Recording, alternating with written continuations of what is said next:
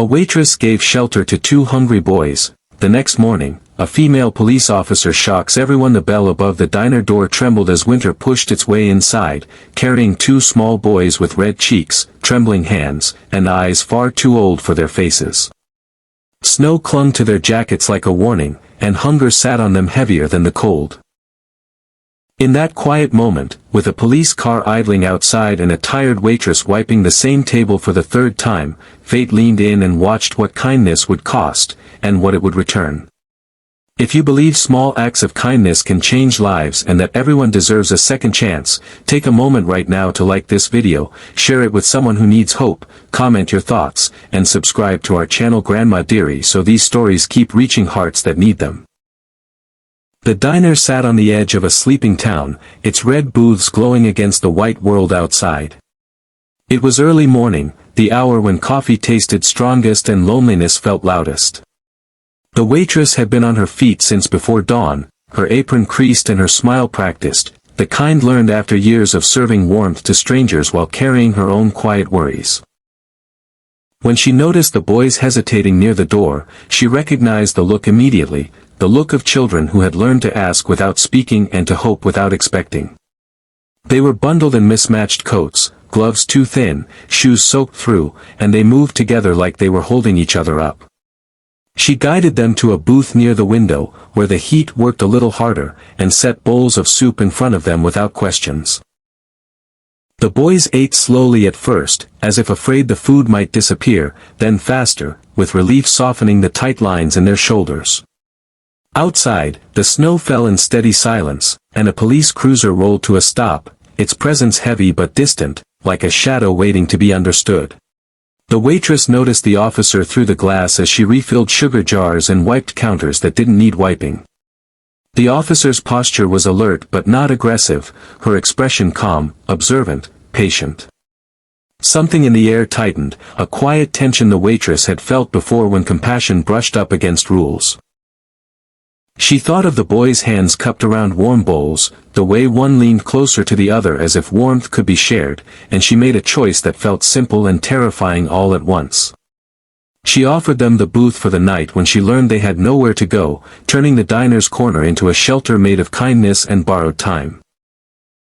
She locked the door after closing, set extra blankets, and kept the lights low, the world reduced to hums and breathing and the promise that morning would come. Morning arrived with pale light and the smell of fresh coffee. The boys slept curled together, safer than they had been in days. The waitress brewed another pot and watched the snow thin into drifting white threads. When the door opened, it was the officer again, stepping inside with careful respect, her uniform crisp against the soft fatigue of the room. The town seemed to hold its breath. The waitress felt the familiar flutter of fear, the what-if that comes when kindness meets authority.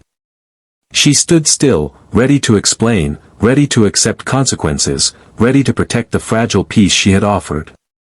What happened next rippled through the room like warmth through cold hands. The officer did not reach for cuffs or questions.